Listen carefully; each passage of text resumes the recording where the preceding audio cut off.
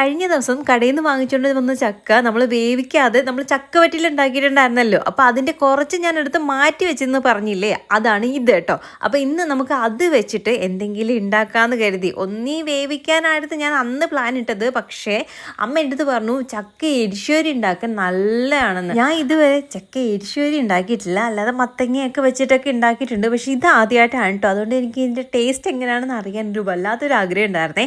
അങ്ങനെ ഇതാ ഈ ഒരു ചക്ക ഞാൻ പെട്ടെന്ന് തന്നെ നമ്മൾ പൊളിച്ച് അരിഞ്ഞ് വെച്ചിട്ടുണ്ടായിരുന്നു. ചക്കക്കുരു പൊളിച്ചെടുക്കുന്നുണ്ട്. പൊളിക്കാൻ ഭയങ്കര എളുപ്പമായിരുന്നു, കാരണം തൊലിയൊക്കെ പെട്ടെന്ന് ഇങ്ങനെ പാടോലെ ഇളകി പോയിട്ടുണ്ടായിരുന്നേ.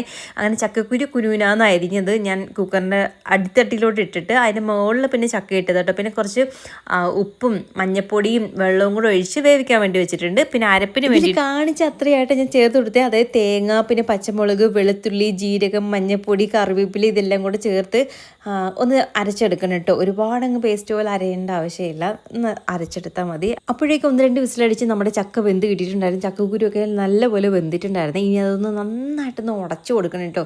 ഉടച്ചങ്ങോട്ട് കൊടുക്കുക നന്നായിട്ട്. ഇത് വെച്ച് ഉടയ്ക്കുമ്പോഴത്തേക്ക് നല്ല രീതിയിൽ ഉടച്ച് എടുക്കാൻ പറ്റും. ഞാനിത് ഋതുവിന് വേണ്ടി മേടിച്ചായിട്ടോ. അതിനുശേഷം നമ്മൾ അരച്ച് വെച്ചിരുന്ന അരപ്പ് കൂടെ ചേർത്തിട്ട് നന്നായിട്ട് ഇളക്കി ഒന്ന് അടുപ്പത്തോട്ട് വെക്കുക. അത് നല്ല തിളച്ച് ആ ഒരു അരപ്പൊക്കെ ഒന്ന് വെന്ത് വരട്ടെ.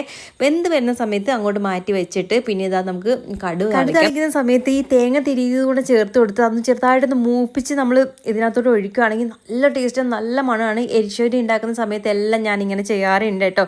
അങ്ങനെ കടുക് അളിച്ച് ഇതിനകത്തോട്ട് ഒഴിച്ചൊന്ന് ഇളക്കി ഇനി അങ്ങ് അടച്ച് വെക്കുക. കുറച്ച് കഴിയുമ്പോൾ എടുത്താൽ മതി കേട്ടോ. തുറക്കുമ്പോൾ നല്ല മണമാണ്. അപ്പോൾ ഇത്രയ്ക്ക്